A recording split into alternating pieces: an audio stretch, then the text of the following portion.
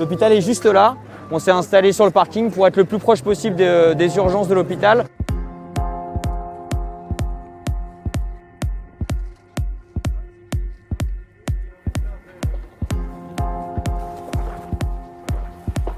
Là, on vient de rentrer dans l'élément militaire de réanimation du service de santé des armées. Donc, il y aura beaucoup plus de lumière une fois qu'on a terminé l'installation. On est en les branchements électriques qui sont en cours, donc on a coupé l'électricité. Là, vous avez une grande allée centrale qui va desservir nos 3 unités de soins de 10 patients. Là, il y a du personnel qui est en train d'installer les éléments mobiliers et les matériels biomédicaux qui vont servir à accueillir les patients.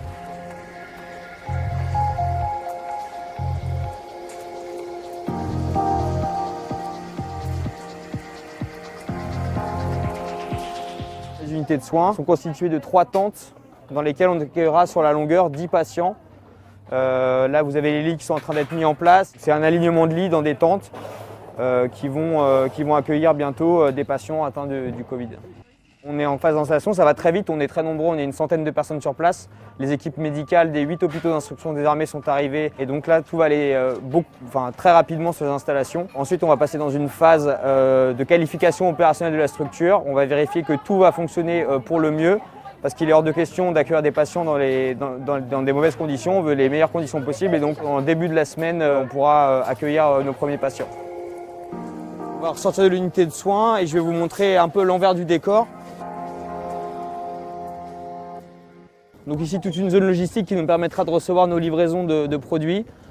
Et voyez entre les tentes, nos chauffages climatiseurs, des concentrateurs d'oxygène qui permettent d'alimenter en oxygène chacun 10 patients sous respirateur, ainsi que l'ensemble du câblage électrique, réseau d'eau qui vont permettre d'avoir monté cette structure sur le parking là, de l'hôpital du CH de Mulhouse.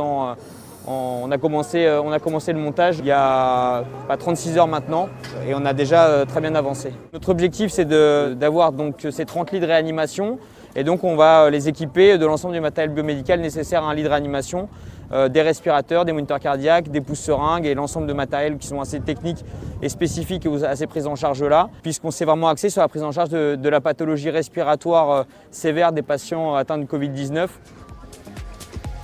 C'est dans notre cœur de métier, dans notre ADN d'envoyer des structures médicales projetables à l'étranger. Donc on a l'habitude d'installer des structures médicales sous tente et il a fallu réadapter nos unités médicales opérationnelles pour la prise en charge des patients atteints du Covid-19. En France, c'est une première. En France, c'est une